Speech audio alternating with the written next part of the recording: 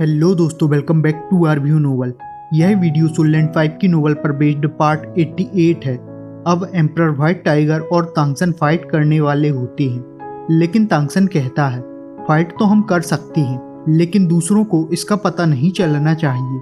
इसके लिए emperor white tiger तांगसन और मेई को लेकर अपनी सेक्रेट माउंटेन की ओर चला जाता है। तांगसन एम्परर के पैलेस को देख रहा होता है, जिसमें मात्र 2 कलर दिखाई दे रहे होते हैं, वह ब्लैक और व्हाइट होते हैं। इस माउंटेन पर कोई नहीं होता है। दरअसल एम्परर व्हाइट टाइगर भी इकलौता होता है, उसका भी कोई क्लैन मेंबर नहीं है, जिसका एम्परर व्हाइट टाइगर को भी काफी दुख होता है। इसलिए भी एम्परर मेई और सुकिन को ज्यादा प्रायोरिटी देता है। एम्परर व्हाइट टाइगर के आगे जाने के साथ व्हाइट डोर, जिस पर ब्लैक पैटर्न होते हैं, दिखाई देता है और एम्परर उसे ओपन करता है, जो अंदर से पूरी तरह से व्हाइट होता है। जिस तरह से एम्परर तियानियों की हेल गार्डन है, उसी तरह से एम्परर व्हाइट टाइगर का यह सीक्रेट एरिया है। एम्परर व्हाइट टाइगर ने इस जगह का नाम बैयू रखा है। एम्परर व्हाइट टाइगर यहाँ पर अपनी पावर को प्यूरिफाई करता है और यहाँ से एम्परर व्हाइट टाइगर की इच्छा के बिना कोई एम्परर भी बाहर नहीं निकल सकता है। और इसी तरह से बातें करते हुए दोनों ही एक दूसरे पर अटैक करने के लिए तैयार हो जाते हैं। एक सिल्वर लाइट के साथ तांगसन भी अपने जिंगमेंगियन चेंज के साथ तैयार हो जाता है। इस तरह से यहाँ पर एक के बाद एक अटैक और डॉज करने की शुरुआत हो जाती है। एम्परर व्हाइट टाइगर सबसे पहले अपनी 30% पावर का यूज करता है, लेकिन तांगसन इस समय एम्परर को ओवरकम करने लगता है, जिससे एम्परर व्हाइट टाइगर भी अपने अटैक में पावर को इंक्रीज करने लगता है। तांगसन यहाँ पर अपने बाइपोलर डोमेन का भी यूज करता है।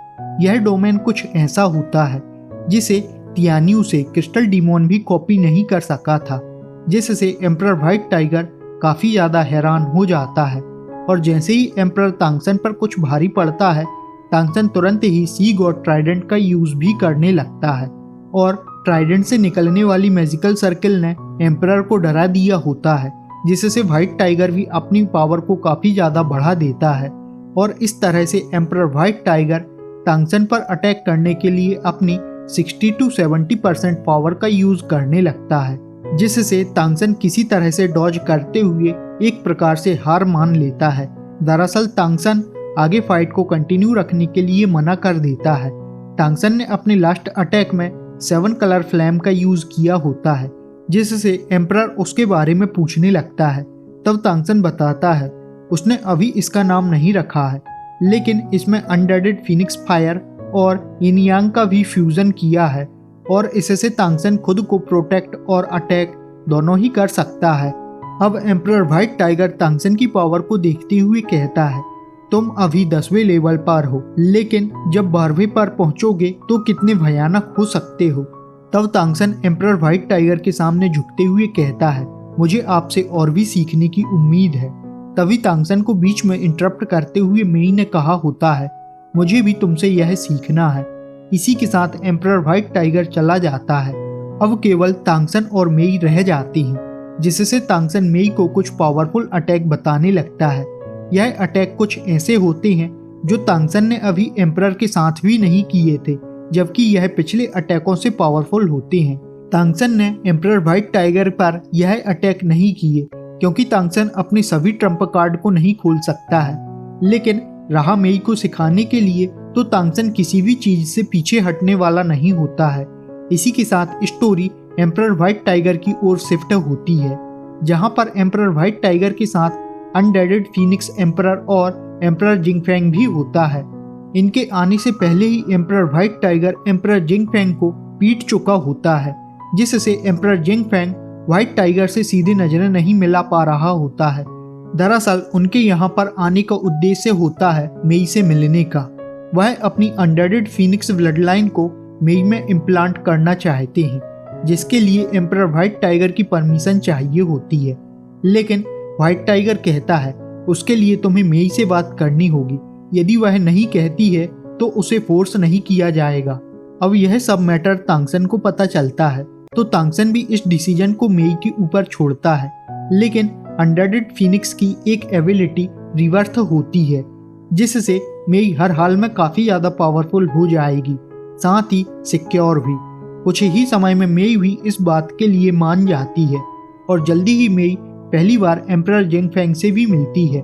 यहाँ पर मेई का एम्परर जिंगफैंग से कहना होता है यदि उसकी माँ सुकिन जिंगफैंग को माफ करती है तो उसे भी कोई समस्या नहीं है और ब्लड लाइन इम्प्लांट के लिए हाँ कह देती है। उसी के साथ अनडेडेड फीनिक्स एम्परर ने अपनी ब्लड लाइन को कंडेंस करते हुए एक फीनिक्स वर्ड बनाया होता है और वह मेई की ओर उड़ान भरता है। पहले तो सब कुछ अच्छा होता है, लेकिन जैसे ही वह मेई की बॉडी में एंटर करना चाहता है उसी समय असुरा स्वॉर्ड उसे एक थ्रेट की तरह लेते हुए अटैक कर देती है, जिससे अनडेडेड फीनिक्स एम्परर की हालत खराब हो जाती है। और यदि मेई की जगह कोई और होता तो अब तक एम्परर अनडेडेड फीनिक्स उसे मार चुका होता, लेकिन कुछ ही समय में वह ब्लड लाइन मेई में सक्सेसफुली इम्प्लांट होने लगती है। इसके साथ ही यह पिकॉक ब्लड लाइन से मिलते हुए एक सुपर ब्लड लाइन बनने लगती है, लेकिन अभी मेई और यह प्लान दोनों ही इस सुपर ब्लड लाइन को सपोर्ट नहीं कर पाएंगे, जिससे फोर्सफुली इस प्रोसेस को रोका गया होता है, जिससे इन्हें यह भी समझ आ जाता है अभी तक पिकॉक और फीनिक्स की दुश्मनी बेमानी थी, क्योंकि यह दोनों मिलकर इतने अधिक पावरफुल हो सकते हैं कि कोई उनकी बराबरी ही नहीं कर सकता है। अब मेई के पास 3 पावरफुल ब्लड लाइन होती हैं, जिससे एम्परर व्हाइट टाइगर इस थर्ड ब्लड लाइन को इस दुनिया में बिना इमरजेंसी के यूज करने से मना कर देता है। इस समय तांगसन मेई के साथ नहीं होता है और एम्परर जिंगफैंग को सुकिन के एंसेस्ट्रल कोर्ट के आने का मेई बताती है। वह भी जल्दी ही यहाँ आने वाली है, जिससे वह उससे मिलते हुए माफी मांग सकता है। इनके जाने के साथ एम्परर व्हाइट टाइगर मेई से पूछने लगता है तुमने ऐसा क्यों किया, जिस पर मेई ने बताया होता है उसने तांगसन के कहे अनुसार किया होता है। इसके बाद तांगसन और मेई एम्परर स्वॉर्ड सेंट के पास चले जाते हैं, जहाँ पर यह उससे अपना किया हुआ प्रॉमिस पूरा करने वाले होते हैं। और जब यह एम्परर स्वॉर्ड सेंट से मिलते हैं तो तांगसन मेई के साथ मिलते हुए असुरा स्वॉर्ड को कंडेंस करता है, साथ ही वह एम्परर स्वॉर्ड सेंट के ऊपर स्वाइप करता है, लेकिन एम्परर स्वॉर्ड सेंट को कुछ भी नहीं होता है, जिससे तांगसन एम्परर स्वॉर्ड सेंट को इस स्वॉर्ड की खासियत जजमेंट स्वॉर्ड के बारे में बताता है। और एम्परर के पूछने पर तांगसन आगे बताता है उन्हें स्वॉर्ड ने कोई भी चोट नहीं पहुंचाई, क्योंकि स्वॉर्ड के अनुसार उन्होंने कुछ भी गलत नहीं किया है और इसलिए इस स्वॉर्ड को जजमेंट की स्वॉर्ड भी कहा जाता है। और इस तरह से मेई के एंसेस्ट्रल कोर्ट में रुकने के 100 दिन पूरे हो जाते हैं। अब मेई और तांगसन का व्हाइट टाइगर होटल में आते हुए जियोहे को भी कैरी सिटी ले जाने का प्लान होता है।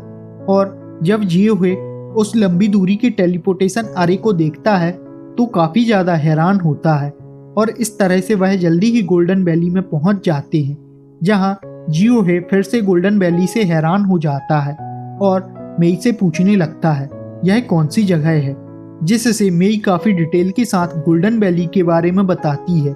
इसके साथ ही जियोहे मेई के साथ कैरी सिटी में आ जाता है। यह सिटी जैसी पिकॉक किंग ने छोड़ी होती है उसे वैसी ही मिली होती है। अब पिकॉक किंग भी काफी इमोशनल होता है। सबसे पहले मेई और सुकिन एक दूसरे से गले मिलते हैं। यहाँ पर मेई हो या हो सुकिन, दोनों की ही आंखों में आंसू होते हैं। इसी समय जियोहे की नजरें पिकॉक प्रिंसेस पर पड़ती हैं, जिससे इस समय उसकी नजरें काफी अजीब होती हैं। दोबारा जन्म लेने के बाद अपने लववन को देखना कैसा हो सकता है, यह एक्साइटमेंट जियोहे के अलावा और कोई नहीं समझ सकता है। पिकॉक प्रिंसेस भी किंग लेवल की कल्टीवेशन पर होती है, जिससे उसकी ओर उठ रही अजीब नजरों को वह पल भर में पहचान जाती है, जिससे वह उसके बारे में पूछने लगती है।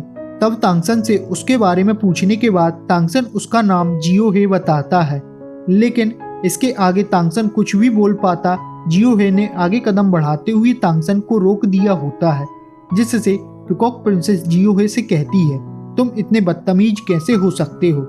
यदि वह तांगसन और मेई के साथ न आता तो अब तक पिकॉक प्रिंसेस उसका काम खत्म कर देती।